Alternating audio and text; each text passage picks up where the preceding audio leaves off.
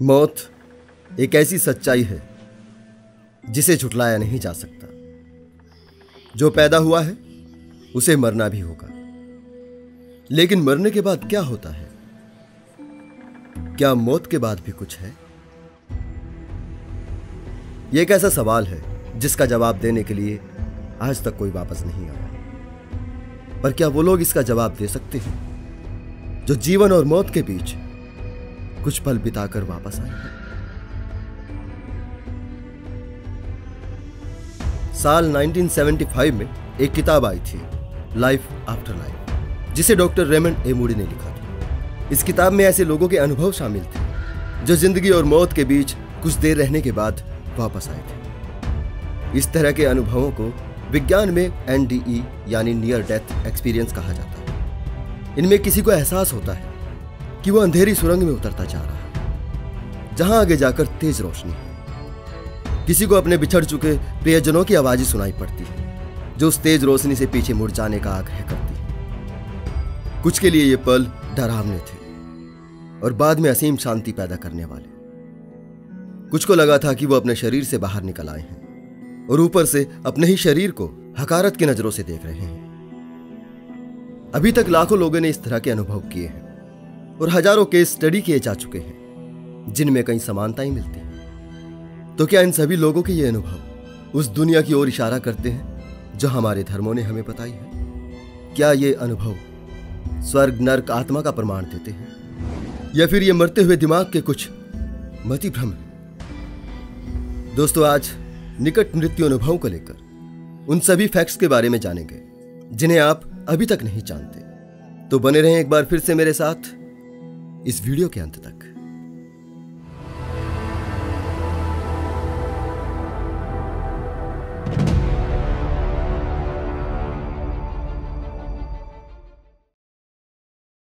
Nebraska शहर में रहने वाले एक पादरी का 4 साल का बेटा कोल्टन, जिसकी अपेंडिक्स फटने से जान जोखिम में चली जाती है।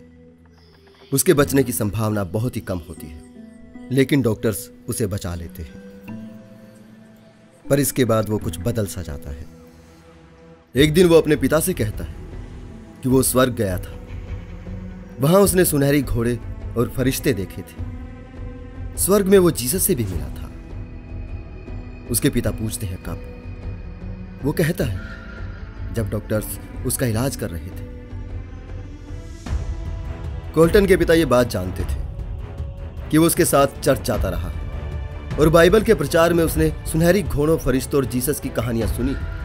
तो हो सकता है वो उन्हीं के प्रभाव में ये सब बोल रहा हो। लेकिन कोल्टन के पिता की समझ उस दिन जवाब दे जाती है जब कोल्टन अपने पिता से कहता है कि वो स्वर्ग में आपके दादाजी से मिला था। तब उसके पिता उसे अपने दादा की तस्वीर दिखाते हुए पूछते हैं, क्या वो ऐसे दिख रहे थे? कोल्टन मना कर देता है, जी नहीं। फिर उसके पिता अपने दादा की जवानी की वो तस्वीर जो उसने पहले कभी नहीं देखी थी, वो उसे दिखाकर पूछते हैं, क्या वो ऐसे दिख रहे थे? तब कोल्टन कहता है, जी हां। आप इतना भी नहीं जानते, स्वर्ग में लोग बूढ़े नहीं होते। यह बात कोल्टन के पिता को सोचने पर विवश कर देती है कि आखिर उसके बेटे के साथ हुआ क्या है, और वो ये जानने की कोशिश में लग जाता है। इस दौरान उसकी पत्नी, जो घर के खर्च और कोल्टन के मेडिकल बिल को लेकर परेशान है, अपने पति को इन बातों में उलझा दे गुस्सा करती है और उसे समझाने की कोशिश करती है कि इन बातों से निकल जाओ, ये सब केवल कोल्टन का भ्रम है।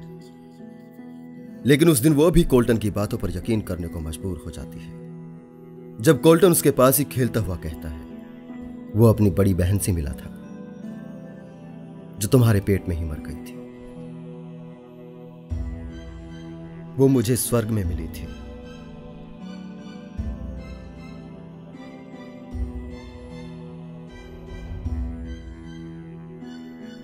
बेहतरीन इमोशनल फैमिली ड्रामे के साथ यह फिल्म 2014 में आई थी, जो 2010 की बेस्ट सेलिंग किताब हेवन इज फॉर रियल पर आधारित थी, जिसे कोल्टन के नियर डेथ एक्सपीरियंस पर लिखा गया था। बिल्कुल ऐसा ही एक किस्सा एलेक्स मलार्की का है, जिस पर किताब the boy who come back from heaven 2014 में ईसाई पब्लिकेशन द्वारा छपवाई गई थी। यह किताब भी बहुत ही ज्यादा फेमस हुई थी इस किताब में बताया गया है कि कैसे एलेक्स को एक ऑटो दुर्घटना में घातक चोटें आती हैं और बाद में वो अपने माता पिता को बताता है कि उसने बेहोशी में स्वर्गदूतों को देखा था और वो जीसस से मिला था। सिंगर पाम रेनाल्ड का जिक्र भी एनडीई से जुड़ी कई किताबों में मिलता है। जब उनके दिमाग से एक खतरनाक ट्यूमर को हटाने की सर्जरी चल रही थी तब उन्हें निकट मृत्यु अनुभव हुआ था। वो अपने मृत शरीर को ऊपर से देख रही थी। उन्होंने डॉक्टर्स को अपना इलाज करते हुए देखा। उन्होंने अपने वक्तव्य में उस औजार का जिक्र भी किया था जिससे सर की हड्डी काटकर ऑपरेशन किया जाता है। इन किस्सों पर आधारित ढेरों किताबें बेस्ट सेलिंग रही हैं और इन कहानियों पर यकीन करने की बाजी बजे भी लोगों के पास है। इस तरह के केसेस में वे डॉक्टर्स भी शामिल हैं जो इंसानी दिमाग को अच्छे से समझते हैं। वे खुद इन अनुभवों से गुजरे। स्पाइन सर्जन डॉक्टर मैरी सी, जिनकी डूबने से कुछ देर के लिए मौत हो गई थी, तब उन्होंने अपने को खुद से अलग पाया था। उनकी स्वर्ग की यात्रा का वर्णन उन पर आधारित किताब doctor Mary C needs to heaven and back में मिलता है। और दुनिया के नामी neuro surgeon doctor Eben Alexander, जिन्होंने हजारों दिमागों का ऑपरेशन किया था, इन्होंने भी कई हफ्तों तक कोमा में रहने के बाद जागने पर लाखों तितलियों के साथ स्वर्ग की यात्रा का वर्णन किया था। इस बारे में उनकी किताब प्रूफ ऑफ हेवन 2012 की सबसे ज्यादा बिकने वाली किताब है। तो क्या इन सभी केसेस के आधार पर यह कहा जा सकता है कि मरने के बाद कुछ तो रहता है जो अलौकिक है, जिसे हम अपने जीवन की यात्रा का सारथी आत्मा कहते हैं? सभी साइंटिस्ट इस बारे में एक मत नहीं है कि नियर डेथ एक्सपीरियंस के समय चेतना या आत्मा जैसा कुछ जिस्म से अलग होता है। एक रिसर्च में यह जानने के लिए कि क्या सच में लोग आउट ऑफ बॉडी एक्सपीरियंस करते हैं, कुछ तस्वीरें ऑपरेशन थिएटर की लाइट के ऊपर रख दी गई थी ताकि व्यक्ति जब अपने जिस्म को छोड़कर ऊपर से नीचे खुद को देखे तो उसे वो तस्वीरें भी दिखाई दी। लेकिन खुद से अलग अनुभव करते समय जिन्होंने भी ऊपर से खुद को देखने की बात कही, किसी ने भी उन तस्वीरों को नहीं देखा।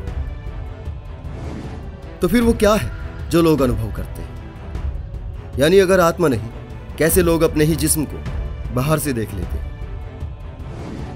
नियर डेथ एक्सपीरियंस को समझने के लिए सबसे पहले यही समझना होगा कि इस तरह के अनुभवों को नियर डेथ एक्सपीरियंस कहा जाता है, यानी मौत के करीब के अनुभव, ना कि मरने के बाद के अनुभव। साइंटिफिकली ब्रेन डेथ ही इंसान का मरना होता है। दिल की धड़कन रुक जाए तो फिर से शुरू करने की गुंजाइश होती है, लेकिन अगर ब्रेन मर जाए तो रिवाइव नहीं किया जा सकता।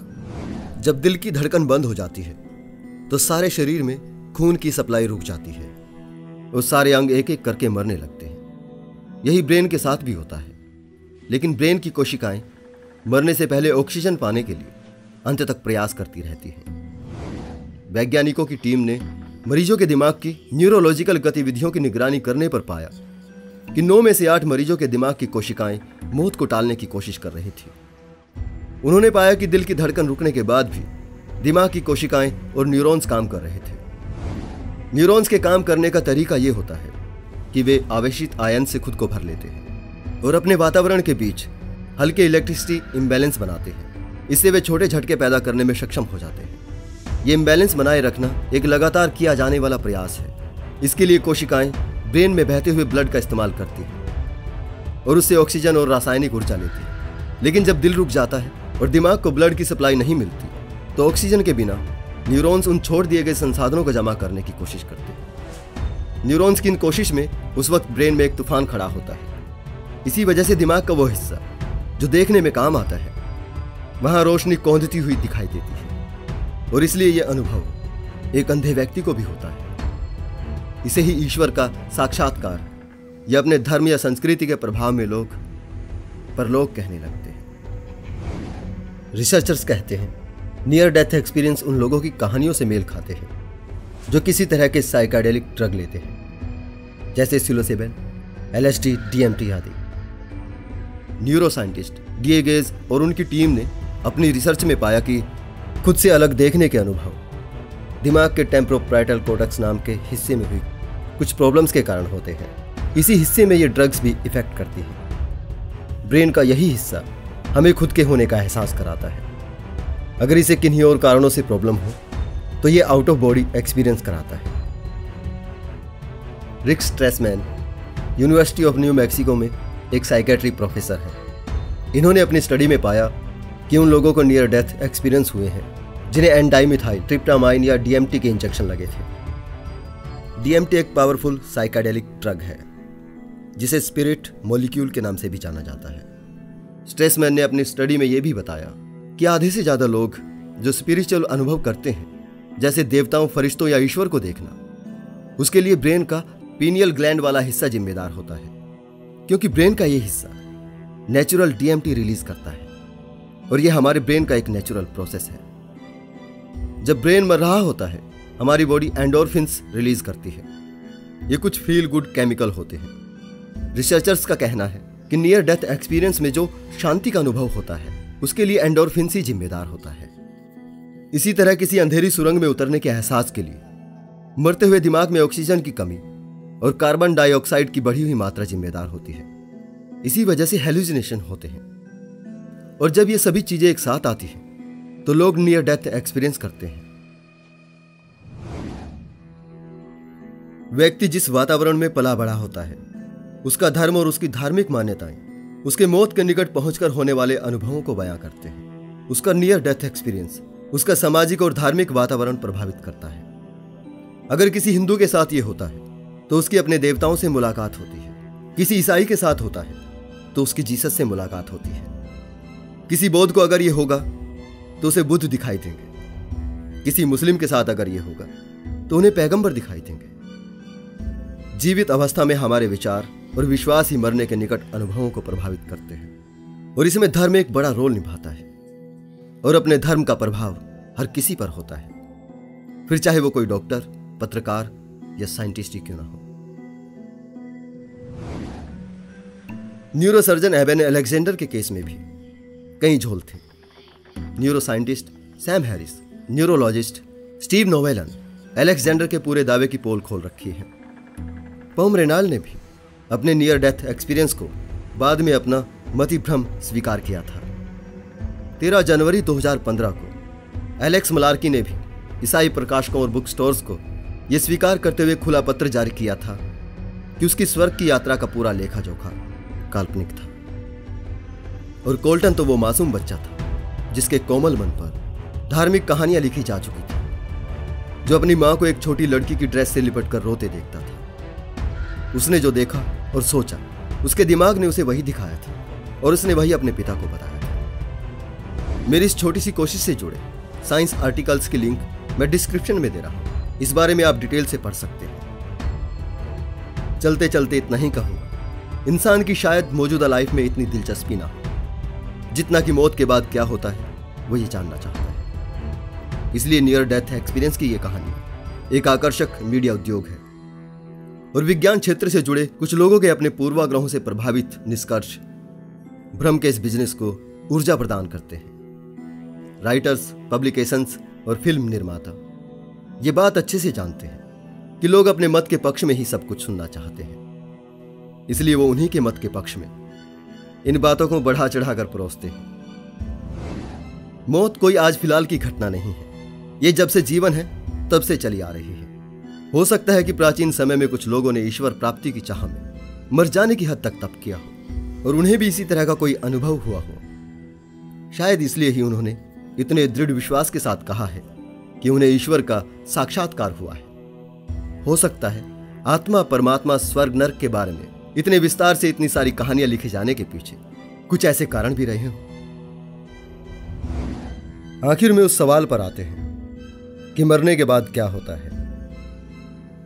न्यूरोसाइंस के हिसाब से ऐसा कोई रास्ता नहीं है जहां कि हमारा ब्रेन मरने के बाद हमारी चेतना को जिंदा रख सके। भौतिक शरीर जो प्रकृति ने दिया है उसे लौटा नहीं होगा। और सबसे अंत में नियर डेथ एक्सपीरियंस क्या है? मरते समय हमारा ब्रेन हर वो चीज करता है जिससे मरने का दर्द और पीड़ा कम हो जाए, जो हमारी सेंसेस को आराम दे, जो मौत को कम से कम तकलीफ दे बना दे। हमें एक अच्छा जीवन जीने के बाद मरने के साथ होने वाली तकलीफ से बचने के लिए किसी भ्रम की जरूरत नहीं है। हमारा ब्रेन अंतिम पलों को खुद ही सुखमय बना देगा। इस बारे में आप क्या सोचते हैं? मुझे कमेंट करके जरूर बताएं। आज के लिए इतना ही दोस्तों। जल्दी ही मिलते हैं किसी और वीडियो के साथ। मेरे साथ इस वीडियो के अंत तक बने रहने के लिए आपका बहुत बहुत धन्यवाद।